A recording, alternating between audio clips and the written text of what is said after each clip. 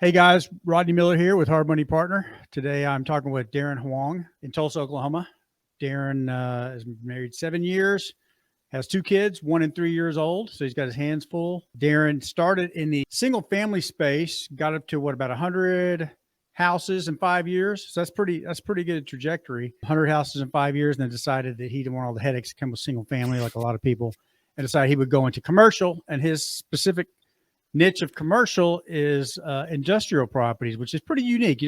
I don't see a lot of people go into that. They go into apartments usually, or retail, or strip center or something like that. So I'm really fascinated by that. And I really like to get some more information on it. I can't wait to talk to you about that. We had lunch several weeks ago in Tulsa, and I was there checking on something, and had a fascinating lunch, talked about some of his projects and kind of how he got to where he is today. And we'll talk more about it and go through his history a little bit. How you doing, Darren?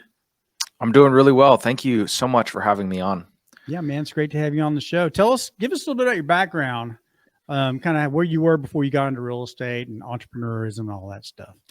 Yeah, before I got into real estate, so I got licensed 2016. Out of college, 2014, I just got a sales job. I was working for a regional carrier. I'm guessing most of you guys know it. It's US Cellular, and I was just doing business to business sales, B2B sales.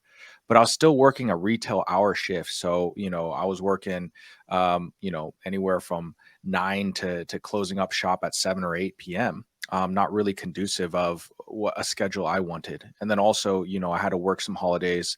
Black Friday was a really big push, Christmas Eve, stuff like that, just because I was still doing some of those retail hours. So I decided to get my real estate license because I was really good at sales, had some leadership abilities, and then also the entrepreneurship bone in me was thinking that it would be a really great fit. So yeah, 2016, I got licensed. Thinking that I was just going to be a broker. I thought I was just going to be selling residential homes, then potentially, getting a buyer broker underneath me, building out a team, and then maybe owning a brokerage someday. So that was kind of the trajectory of what I thought my career would be. But it wasn't until 2017 that I picked up my first investor client, and my world got changed. It was completely different than the sales tactics and the lead generation tips of residential style. When it comes to owner occupants. Yeah, it's a whole nother world, man. When the brokerage world, the realtor world is kind of an administrative deal, check all the boxes, do things the same way, be, conform and all that. And then when you get into real estate investing, you have to get creative. It's a whole nother mindset. You're really creative on your deals and how you're going to attack things. I was a realtor. I had my realtor's license, broker license for a while. And I think I listed one house for a buddy, and I said, no, this isn't for me, man. I do not want to do this. So got out of it really quick. Kept my license for a long time so I could find deals. But cool, man. So you're working a 9 to 5 dollars for hours job, and you just wanted more, right? You had a craving to get more out of life, and took the action and started off as a realtor and then worked your way into investment. How'd you plow through 100 houses in 5 years? You must have been just an animal. I mean, did you look at every one of those houses before you bought it and just go? I mean, you must have made a million offers to 100 houses in 5 years. How'd that go down? Yeah. So like I said, 2017, my world got changed because it wasn't just about granite color. It wasn't about the wall color. It wasn't about, oh, this room was a little too small. But it was about numbers. And so I just kind of really gave myself to the whole entire process. And I say that I got kind of sideways mentored at that time, just because I was still providing a value, whether it be running the numbers for that investor and then opening the doors. But in return, I was able to just kind of see a deal go full cycle. And so his bread and butter was the BRRRR strategy, which is a refinance strategy. It stands for buy, renovate, rent out, refinance, and then you're able to repeat it and use that money over and over again.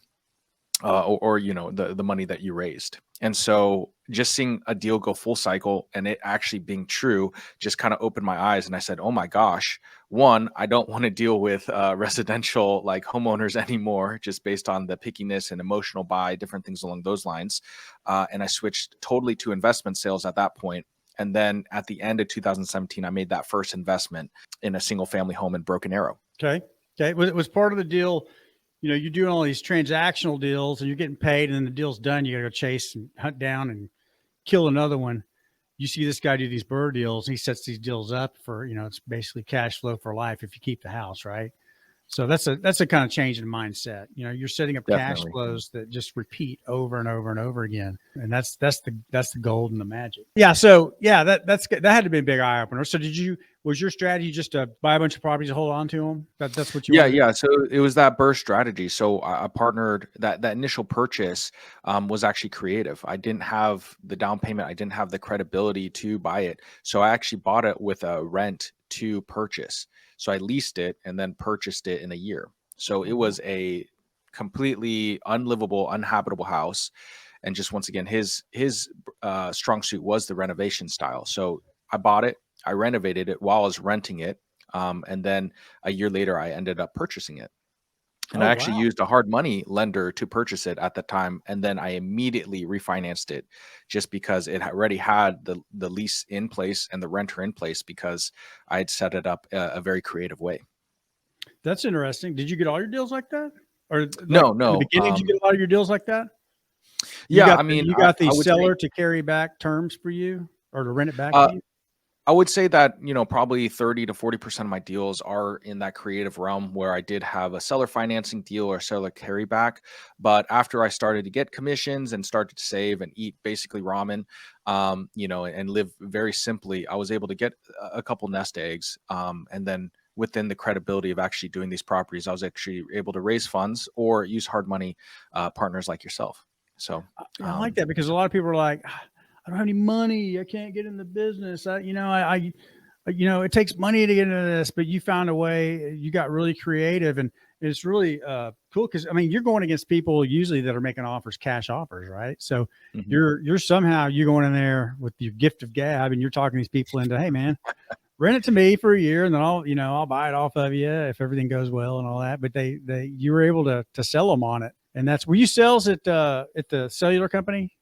Yeah, yeah. So that's what I was kind of going to say is that I was working commission, and that was one of the things that was a mindset shift because you eat what you kill, Yeah, and it resets every month. And yeah. same thing for the real estate side too. And so once again, one of those mindset shifts was not just trading hours, but trading like deadlines and commission structures for some passive income, or they say passive income, but that's what we'll get to when it comes to dealing with tenants. Yeah, and I interviewed Tez. Do you know who Tez is? Tez Yeah. Bertha. I interviewed him last week, and we talked about how his sales job. He was selling at Roush Coleman Homes for a few years before he got into business, and how if you're going to talk to a young person about and you want to become entrepreneur or whatever, the best thing you do is get into a corporate sales job and get that corporate sales training. Learn how to talk to people. Learn how to be convincing, and also the structure that comes with learning how to be a good salesperson. But so it sounds like you followed kind of the same path as Tez, a certain way. He was doing houses, you were doing phones, but that's cool, man. So you get these people to do it. You get to 100 houses. Do you still have the houses? Yeah, I still have a decent amount of houses, residential properties, and I do have a 25 unit mobile home park. So, I probably have 60 to 70 parcels, they would say. But yeah, over 100 doors still. And Okay. so, yeah, in that 5 year, you kind of alluded to that question. Basically, I was looking at any one-off pack homes Okay. for the single families, and then also, I took down maybe 2 or 3 package deals, maybe 6 units. There was a 10 unit and a 20 unit towards 2019 that I Hmm. that I picked up, and that was yeah, 18 homes and one duplex. So Oh wow. Okay. How'd you find your deals? Were you going strictly through the MLS, or were you doing marketing? Were you door knocking? What were you doing? yeah, yeah. So the finding was one of my probably one of the better criterias that I was able to handle, one of my strength suits. And so, I was at the beginning, 2016, 2017, looking on the MLS. There were still foreclosures, there were still HUD owned homes, and anything value add was going to be I was going to look at. Towards the beginning, towards the middle, I was sending yellow letters, postcards, doing some door knocking, and then towards the end, it was basically based on relationships. So I did a myriad of things, but with time and diligence and having a really great reputation, sometimes people would just, even wholesalers too, if a deal busted, they would just come to me, just knowing that I would be able to purchase and actually say what I was going to do. So reputation plus then the Yeah. brand of being able to close well. How much do Is you attribute your success in finding deals to your networking abilities? Were you a big networker? Did you were you going to all the real estate meetups, and were you out there rubbing elbows with other real estate investors? Towards the beginning, I was pretty very very diligent in networking. Hosted a couple meetups here in Tulsa and got to do that. But once again, you alluded to I had a 3-year-old and 1-year-old. That really died down, especially with COVID too. And so I would say good old fashioned networking is really key. And I'm starting to do that now in the commercial world, and it feels really good. So, but Okay. yeah, towards the beginning, I would say. Now, I don't want to dwell in the single family world for too long, and we already Mhm, have, mhm. but I got more questions. So Sure. you're married. You got at the time, did you have kids when you made the leap? You didn't. That was 5 years ago. No, So no, you I got a did 1 not. and 3-year-old, but you're married and you're thinking kids and all that. So how did you make the leap and replace your full-time income? I know a lot of people want to know this. When you had a good solid, corporate income, how'd you replace that doing burrs? Were you able to pull money out of these deals Yeah, as you went yeah. along So to support yourself? How'd you do that? yeah, it was a mixture of everything. So I was still making commissions while I was selling homes, and then also, trying to build up some passive income. But as everybody knows, in the past couple years, and then doing value add plans, I was able to pull out some capital on the refinances on, I would say, the majority of my deals. But once again, we just lived pretty simply, and we didn't try to have any lifestyle inflation. And as a young couple, you're able to do that. Sure. And yeah, so I would say those are kind of the key factors of being able to replace the lifestyle that was able to have previously. Yeah. The lifestyle will come. Just live simply and live cheap and make that leap, man. So that's awesome. So let's talk about. So you're doing single family, you're crushing it. You could keep doing it. You get up to 500 houses probably pretty easily if you wanted to, but at some point you decided you want to make a shift. Tell me about the thought process in making the shift and when you decided you wanted to go commercial. Yeah, yeah. So in the middle of pandemic, I really took some time off. At that time, I still had probably a little over 100, maybe 90 or something units, and I was able to live off that income. But at that time, I said I used air quotes in passive income, but I still had a team around me. So I had a property manager, leasing agent, project manager, a couple crews going on at the same time, just to build out some of those systems to be able to sustain. And during COVID, I took a step back from the leadership, let the machine kind of run on itself, and I was just a little bit fearful, a little bit angsty, like most people were. And so the shift into commercial was a really, really big key. Well, let me let me And let me stop you there for a second. Mhm. Great things happen when you get outside your comfort zone. The most uncomfortable times that you experience in life usually lead to something bigger and better. And so people that say you should always be working at, you should always stay outside of your comfort zone. I totally believe that, man. And that's kind of what you're talking about. You had a pretty good thing going. You could have kept going with it, kept rinse and repeat, but you wanted something more. But it's scary, man. You got something good Mhm. going. Now it's scary leaving your job, probably doing the Burr method, and then you're just gonna up the ante, and you're gonna take that and you're just gonna leap into something else. So hey, go ahead. I'm sorry, I didn't mean to interrupt you. Yeah, no worries, no worries. Yeah, yeah. So it was scary. But once again, having some of that financial freedom and then the income coming in on a monthly basis really helped me. But I took a step back, just thinking, what's one more house? What's one more burst strategy? What's one more house? And really kind of thought deeply about it. It wasn't until the end of the pandemic that I kind of set in my will a resolve to actually change what my initial goal was, which was financial freedom, to now helping people. And so the vehicle of choice initially, I was thinking, and you alluded to this earlier, apartment complexes, maybe mobile home parks. I have a smaller mobile home park. And so I was thinking, hey, residential commercial space is really what I can do as a vehicle to not only help other people gain financial freedom, but, be able to syndicate and maybe raise a fund to help people get into the wealth of real estate. And so that was in 2021, the very end of that I decided to kind of restart my career. Instead of just doing single families, I wanted to learn all about commercial. So I kind of hit the ground running with this new goal in mind to help people and to provide passive income for my friends and family. So initially, I mean, oh my gosh, the beginning of 2022 was a whirlwind. I was trying to do anything and everything, just not really focused. So, I mean, I was reflecting. I made bids on like hotels because I was thinking I was going to convert hotels into like apartment complexes. I made bids on office buildings, like vacant ones, like big ones, trying to like do a conversion. So I was like really trying to do anything and everything that I thought was going to be a really good fit for me. And ultimately, I landed in industrial real estate. Gotcha. Gotcha. Interesting, man. And I like that part about you made a decision you wanted to give back and help people out. And that's what it's all about. I mean, this show that I do, I don't make a penny off of it. It's a big pain in the ass. I mean, I always have to, I mean, it's just, there's a lot of work. I got a lot of people behind the scenes working on stuff. I really don't make a penny. Maybe 3% of the people that watch this might eventually come to me for a loan, but I do it because I love it. Because I get to meet people like you and we get to help other people out. This video, hopefully we'll get somebody jump started into the real estate space or into entrepreneurial space.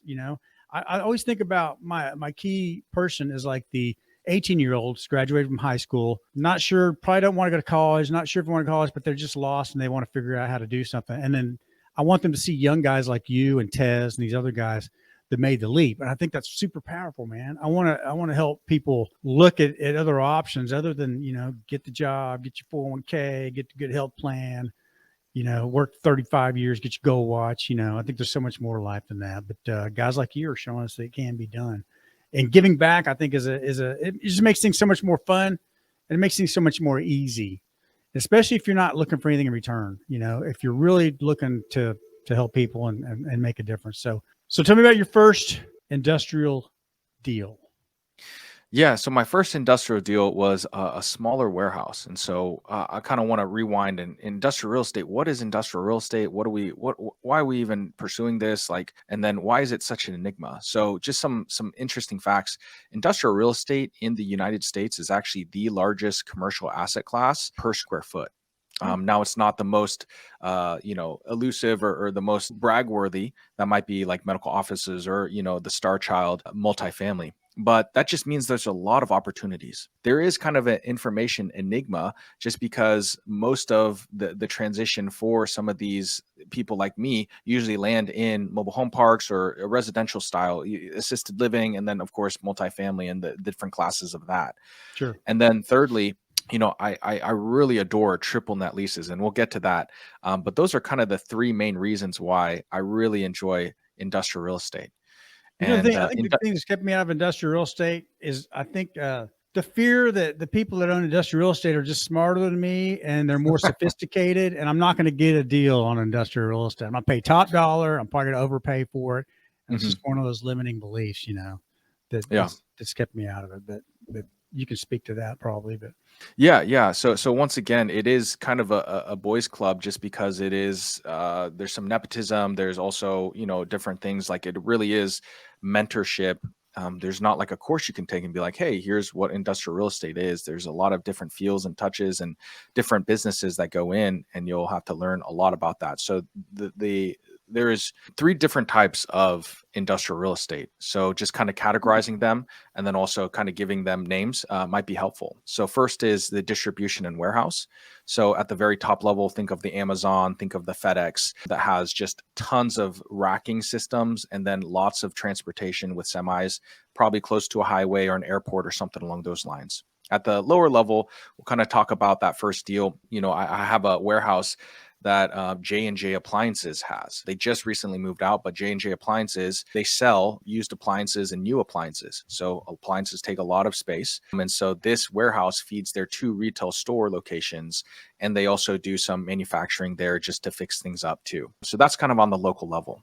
So first, warehouse distribution. Second is going to be manufacturing. So I kind of alluded to manufacturing previously. At the very top level, think of like Milo's Tea in Owasso. Think of Kimberly-Clark down in Jinx. They manufacture, either tea products or lemonade. And then Kimberly-Clark, they have different brands like Huggies or Bounties. So they do kind of paper products and some of those plastics also. Is there a big difference between, there's still big ass buildings that house businesses? What's the big difference? I mean, one's distribution, so their goods are coming and going, and the other they set up these.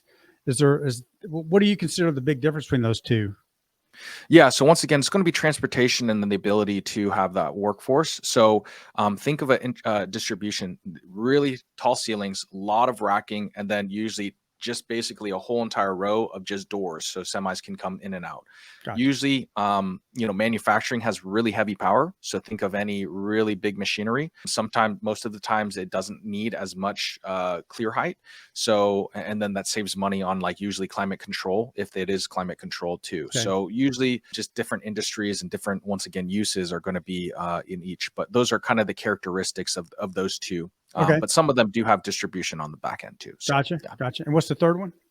Third one is flex. It's a catch-all. It's kind of like it ranges from like medical research facilities all the way down to, what you and I know as flex, which is maybe a showroom in the front and then distribution in the back. So think of a Sherwin-Williams, they have that little retail component to it, the showroom that has, all the paints and the brushes and all the colors. And then in the back, they're mixing the paint. They have, 50-gallon drums of their base and all these different things like that. So kind of office warehouse space. Okay. Mhm.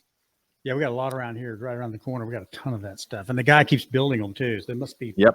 They must be pretty good. I mean, they're probably 3,000 to 4,000 square feet office warehouse, little office in the front, warehouse in the back, and you got plumbers, plumbing companies, and swimming pool companies, and just anything you can think of. The funny thing is I talked to the guy that was building them one day. I drove by there, and I asked the guy. He's just a construction guy, but he works for the guy. He builds all of his stuff. And I was like, so how, what's going on? You guys are building these things? Like, yeah, man. He goes, he's trying to find more land because if you go 1 mile south of here, you're going to get like a third less rent just for being 1 mile south of here. And I was like, why is that? He goes, I don't know, but that's just the way it is. So there's still, I guess location is extremely important in these things. But so retail's not industrial, right? Retail's a totally separate deal of commercials. It's triple net, but it's like a CVS pharmacy building, right? Yeah. So retail is usually like comprised. Once again, the zoning is probably different within different municipalities, but usually it's characterized on a busy street or a frontage on a street. Gotcha. Okay, so you got your 3 classifications of industrial, and what was your first deal? Yeah, my first deal I alluded to earlier was J&J Appliances. This was actually listed on the MLS or LoopNet, which is the commercial kind of version of the MLS. Okay. And I immediately went to go see it. It looked pretty amazing. And once again, I would say that, Amazon and FedEx, they're building new buildings that are like 30-foot clear height to 40-foot clear height. This one was 20 foot. So obviously it has its challenges, but it's positioned to kind of local businesses. But still, that's what people are kind of looking for, 20-foot clear height to even more. Anything less, you can't really put a really great racking system in, pallet system or racking system. So this one checked a lot of the boxes, but had a couple drawbacks, negotiated really hard. It was listed, I think, close to like a little over $900,000. I got it for $850,000. But some of the challenges that we kind of had to face is that J&J and JJ is the actual owner, wanted to still kind of have still have the footprint just because he was kind of moving up shop. So he said, hey, I need the capital infusion so that I can move and maybe build another warehouse that's a little bit more consolidated, but I need the money now. And so what we did was a very short sale leaseback. So he was owner occupant, but he needed to free up some capital. So he's going to sell it. And okay. And so tell me how that lease back work. Yeah. So this is kind of where the hairy situation is. For most industrial investors, they want a long lease. Whereas, JJ obviously wanted a very short one. So they said, hey, listen, if you're going to buy it and then lease it back, we are going to need, and I would say that the most common is anywhere from 3 to 20 years. So that, for a local one, it's probably closer to 3 to 5 years or, 3 to 10 years. Gotcha. For people like Amazon, they're like 20-year leases, stuff like that. So, ideally it would be like a 3-year lease, 5-year lease, but so no one really wanted to touch it. But I negotiated with him, got in a relationship with him, and he said, hey, listen, I just want to do it for about 6 months ish. I said, well, okay, well, if that it is, then we have to negotiate pretty hard. And that's why I was able to get a pretty good discount. And then I got a tenant for at least 6 months, which was JJ. And so at closing, he signed a lease and basically walked into probably 12 to 13% cash on cash return. Wow, that's pretty damn good. So you had him for 6 months and then he boogies, he gets out? Yep. So he is in the process of moving out. And once again, taking in that risk tolerance of having a vacancy is all within the calculation. So in Okay. this one, we held back a ton of capital just so that if we were to hold it for 3 to 6 months and it was vacant, that we would be able to pay the bills. And then Mhm. also there needs to be a pretty extensive office remodel. Just think of a ton of appliances moving in and out of the shop. Same thing with heaters and plumbing and stuff like that. It is pretty ratty. So we need to Sure. do an office remodel. Yeah, I think the other thing that scared me about, and maybe most of retail, just driving by, you drive by that old Walmart that's sitting empty and it's sat empty for 5 years. You're like, who the hell owns that? And how do they afford that? They must be Yeah. multi-billionaires, because you see properties that sit empty for a long. There's like a corner of a strip center up here, Mhm. not far from me, that's been empty for. I looked at it to put a clinic there. It's been empty for at least 5 years. And Wow. so it's just a corner of it. The rest of it seems to be leased up. But, so you factor that into your numbers. Like this thing could sit Mhm. empty for a year. So we're just going to factor that in. How'd you learn that? Did you learn that through did somebody teach you that? Or how do you factor? Yeah. And I got another. Well, go ahead and tell me that. How do you factor that into your numbers? Like when you factor that in when you're buying the property and then Yeah, he's going to be out in 6 months, it could sit empty for a while. yeah, How yeah. long? What kind of runway do you give yourself? It could sit empty for a year, 6 months. What do you try to? Yeah, once again, I got a pretty attractive, cost basis. I bought it for a really great price. So if I did need to drop, 10, 20%, I would still be able to make money. Not as much, of course, but still be able to cash flow and pay the bills too. So that was kind of the risk tolerance. But yeah, I would say I wasn't really taught it, but just knowing that just in my single family ventures too, I almost treat it like a single family home. It's either all or nothing. And so things in the commercial realm just take a little bit more time. So instead of, hey, projecting out a 2 month vacancy or 8% vacancy, you project it out. And the math is pretty simple. You take the mortgage, you take the insurance and taxes, that's what you're going to be paying, maybe some utilities, and you factor that in, especially if it is a 6 month lease. You just know, hey, after 6 months, he's going to leave. This is how much the payment is. It's 10 grand or whatever it is. And so we need to shuffle away $60,000 for 6 months. Gotcha. So, I'm in multifamily. So Mhm. in multifamily, if somebody's going to rent a space from us, we want to make sure they can afford it and they got good income and all that. So I would guess in industrial, Mhm. you've got to check out the financial viability of the company, how long they've been around and so, say you're going to do a 5-year lease with the company on a, 10,000 square foot industrial building. How far do you get into their financials? Do you want to see their last 5 years, income statements, tax returns, all that? Yeah, it's usually just 2 years for me personally. But Okay. we run the background check, credit check too. And then in these cases, since they are local, we do ask for a personal guarantee.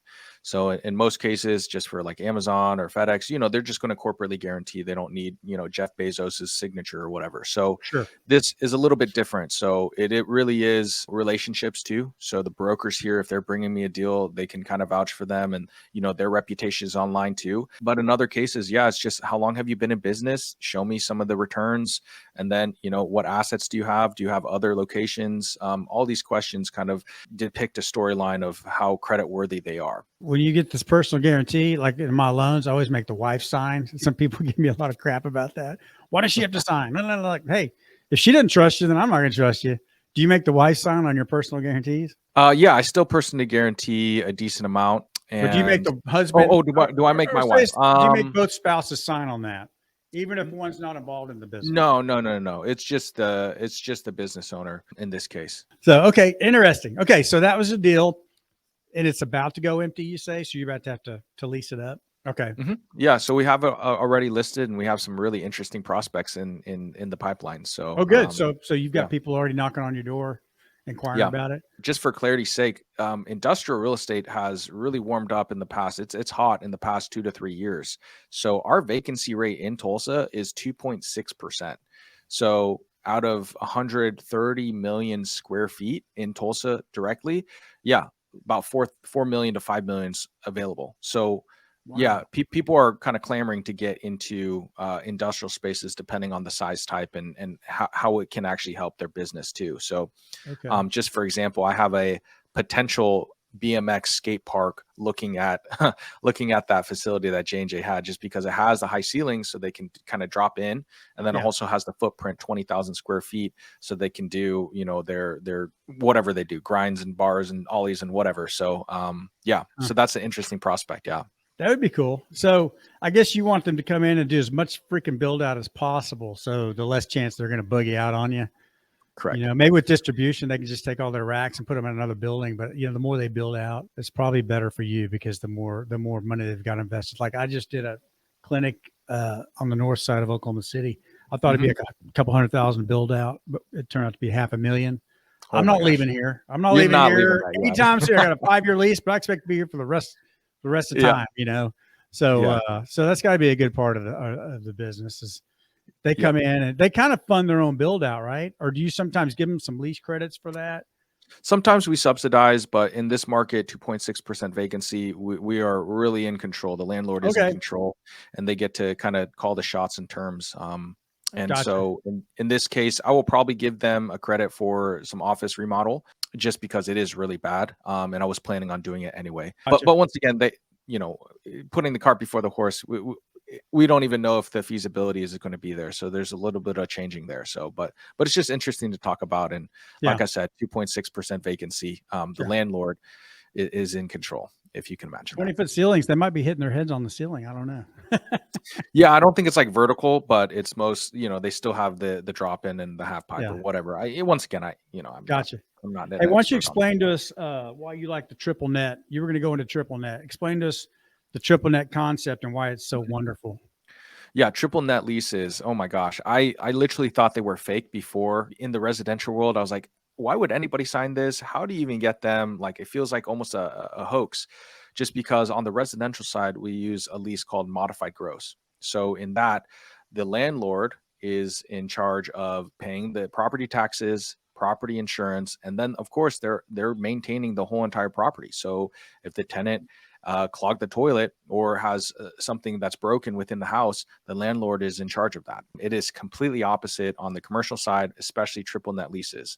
So the triple nets refer to, first is the property taxes, and then the second net, property insurance. Third net is called common area maintenance, also maintenance and expenses. I got really tired of the tenant calls, and especially the one from the police at night at like what I think was like about midnight that they called me. So I was like, you know what, let's just do commercial real estate. So I, as the landlord, get to charge the tenant for their share of the property insurance that I pick out, the property taxes that I get the bill for, and of course they're handling all their maintenance, they're handling all their repairs, and the only phone call I should get is if they want to renew or not. So yeah, that's wonderful. That's pretty cool, man. I like that a lot. And I've learned that the hard way through renting retail spaces for these clinics. It's painful. I mean, it's not the best. It works really well for the landlord. Let me put it that way. So yeah. You built out for $500,000. You're not going to leave anytime soon. It's a sticky tenant. That's what we call a sticky tenant, and so we like those. Let's take a little we'll go a little sideways here, a little tangent, and we're going to talk about your mobile home park, because I went to Mobile Home Park University. I don't know if you knew that. I've got a degree from Mobile Home Park University. And have you heard of those guys? Yeah. So I took the course and all that. I've never been in one of their boot camps or whatever. So I started looking at mobile homes, and I never bought one, but I'd like to buy one. My wife is adamantly opposed to me buying a mobile home park because she didn't want to tell her friends we own a mobile home park. But I would love to get into that space at some point. Tell me about your experience with your 25 pad mobile home park. What did you pay per pad? Was it full when you got it? Were the homes park owned homes, or were you just buying the pads, and were the homes non-park owned homes? Yeah. So this was when I was approached by the owner to purchase this. It was a very critical point in my career. At that point, I had about 20, maybe 25, around 30 single family homes, and I was still doing basically everything. And so this mobile home park was basically the ability to scale, get an assistant, get a property manager, get some different types of staff to really kind of help, and then also feed the contractors I was using just as a big heavy value add. You just needed those extra units to be able to bring on help. And so that was the quickest way to get there to scale. You one check written, one contract signed, and now you've got enough units paying you enough cash flow to bring on help, right? It was mostly the value add component. So yeah, when I bought this park, it was actually 36% occupied. So Oh, it was wow. a pretty huge value add. And once again, I really didn't know too much about the style. I wish I would have went to Mobile Home Park University, because I kind of did a couple of things incorrectly, thinking that I could stretch it out. So initially, there's kind of two different ways of owning a mobile home park. So the first one is you just own the dirt. People pay a lot rent to you, and you don't have to mess with any of the mobile homes. They're all tenant owned homes. And the other side is, almost using it like a rental business, class C or class D rental business, and owning some of those homes. You're still in charge of the repairs, the maintenance, and you obviously get a little bit more. A lot rent might be $250 to $400, and for ours, we're renting ours at $700 to $800. So you're still able to get a little bit more cash flow, but you still have to deal with the turnovers, the headache, and all the repairs. And so I chose the latter, which was the incorrect decision. I wish I would have chosen and started a plan earlier to where, I would just own the dirt. And so, yeah, 25 units, bought it in 2019. And now I'm slowly transitioning it to an RV park. Kind of very similar thought process, where I just own the dirt. People drive in their RVs. I don't have to deal with any of the RVs. I provide water, sewer, and electric, so they can hook it up and call it good. So that's in Nice. transition right now. Now, on your park, when you bought it, you 25 units, 35% occupied.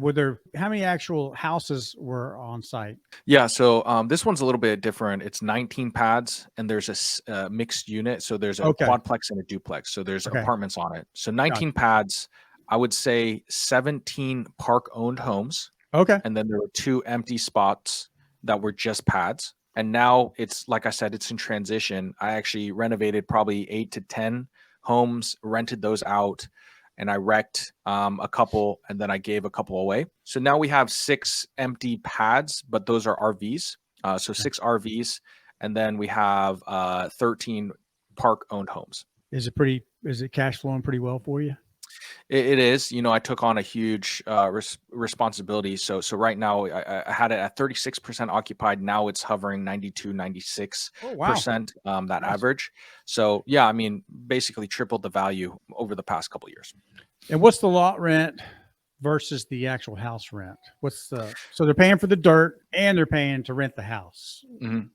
So I guess you can't even break that down because they're paying you rent. Yeah. So Have you once thought again, about it's what that all comes out to? I mean, Yeah. So average lot rent in the United States about $300 or $250. I think that's risen in the past little bit, but I would say the average in Tulsa is anywhere from $300 to $400, depending on the amenities and different things along those lines. So, yeah. just breaking it down, I would say the average home that we rent out is about $700 to $750. Okay. So we're getting anywhere from $300 to $400 on top of what lot rent would be. I got you. Mhm. And and this is what they teach you at Mobile Home University. You buy one that's got park owned homes, and then you go to them and say, look, your lot rent's $250. Now it's $450. You own the home, Yeah. or we'll let you pay the home off in 5 years or whatever, or 3 Yep. years and whatever. And then you do away with all the expenses basically because you're just renting dirt. Is that a possible? I mean, how you're running your deal. I'm just kind of curious if that really works in the real world, if that's a possibility. You Yeah, basically I throw the mean, keys to them, say it's your house. You might get a little money out of it, but especially in the older parks where the houses are older and not worth a whole lot. Mhm. But then you're doing away with all those expenses, all those headaches, all those phone calls and management nightmares. But you're just jacking the rent up on the dirt, and now you're just renting dirt. Yeah, and it saves them money in the long run too. So, for example, if I was to do that, once again, we renovated them pretty nicely, putting anywhere from $10,000 to $20,000 in them. So Okay. there's still a little bit of juice to squeeze on those. Usually, that would kind of be like a rent to own. Usually, they do a seller financing or contract for deed, to where it's like, hey, listen, you can pay off the actual home in 3 to 5 years, and then Mhm. you need to just pay us lot rent at that time. Gotcha. Some of these, just going back, hindsight is 2020. And now that the knowledge that I have, I would have probably just given away a couple of the homes immediately and said, hey, listen, instead of you paying, $500, now you're paying $400. So you're saving $100, and you own this too, this asset, but don't call me for any toilets, don't call me for anything like that. It's Yeah. all your responsibility at that point. But once again, weeding out the people that you can actually give money to or give mobile homes to is going to be key. So some people will just kind of use your gratuity and just not pay lot rent, and then you have to evict them and haul it off, and technically you don't own the home now anymore. And so it gets a little bit tricky there depending on the asset class. So Yeah. mine is probably a very solid C to D class and affordable housing. So yeah. So I mean, those things really do work. And like I said, I did give away a couple, and then they left, and so we just demolished them. But now Gotcha. it's an RV, just in the transition period, since most of the homes are like 1970s, 1980s. Knowing what you know now, will you do another mobile home park in the future? If you I if am you all enter it right? about I am all about industrial. So I'm not even taking on any single families. Okay, I'm so getting some you're good okay. So looks. you're okay. All Yeah. right. So I'm getting some good looks in the single family side, some package deals, and even a mobile home park popping up here and there. I'm just blinders on. Industrial real estate is Hey, the I only like way. that, man. Yeah, you're gonna, if you focus on one thing, you're gonna get really good at it. You're probably gonna make a lot of money at it. So back to industrial. So you did that one deal. Tell me about some of your other deals. What you got coming up? Just give me what you got. I see a diagram in the background. You're gonna build something. You No, those are just my existing ones. And so gotcha. we've just in 2022, in that transition year, like I said at the beginning, I was just like not even sure what I was going to do, put in some bids at like hotels and just like different things like that. And so it feels really good to focus on industrial. So in 2022, we bought a little over 100,000 square feet. We raised capital on that, so we were able to make distributions early Oh, now you're in January. the capital raising business. I like Yep, that. yep. So Nice. there's a lot has changed, man. And once again, it's just about helping people. So I wanted to prove the concept out previously. And so I used some of my own capital to just be like, what is industrial real estate? Let me make these mistakes first.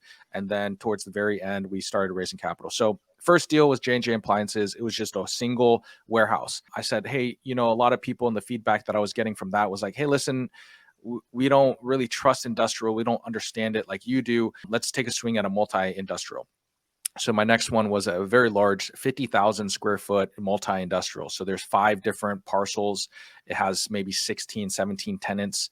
And so it's just kind of like that apartment complex thought process. When you Hey, say listen, 5 different parcels, are they all together? yeah, they're right next to each other, Okay. all within an industrial park. So Gotcha. 16 different tenants.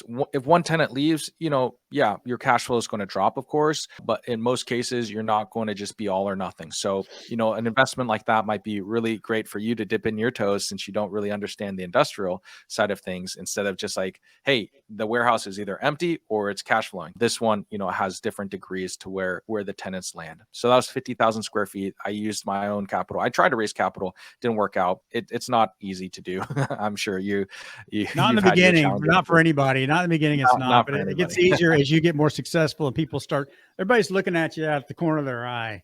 Mhm, And the more mhm. successful you do, the more interested they'll be. So Yeah, yeah. So once again, really successful turnaround. Bought it at about 72% occupied. Now it is 97%, and I'm about to sign a lease, so hopefully it's 100%. And that's only been about a couple months. nice. End of December, we found a good deal off market. It had 4 years left on a 5-year lease, and the tenant had been there for maybe 7 to 8 years previously. So I was like, all right, this is the chance. It's a smaller deal. It's only $500,000. So it's a smaller deal. I said, all right, let's try it again. I got beat up a couple times previously. So let's try to raise capital on this one. People really liked the security of him being there 7 years previously. They liked having a 4-year lease left on that 5-year. And then once again, it was just a solid deal. I bought it at a 9 cap, which is unheard of anywhere. So we raised capital on that. We bought it December 27th, so right after the 26th holiday. And we made our first distribution just about a week ago, January 9th. So I love walking into triple net leases, very predictable cash flow. And, once again, just spreading the wealth of real estate, especially industrial, to be able to help people hit some financial freedom or, whatever wealth goals they have.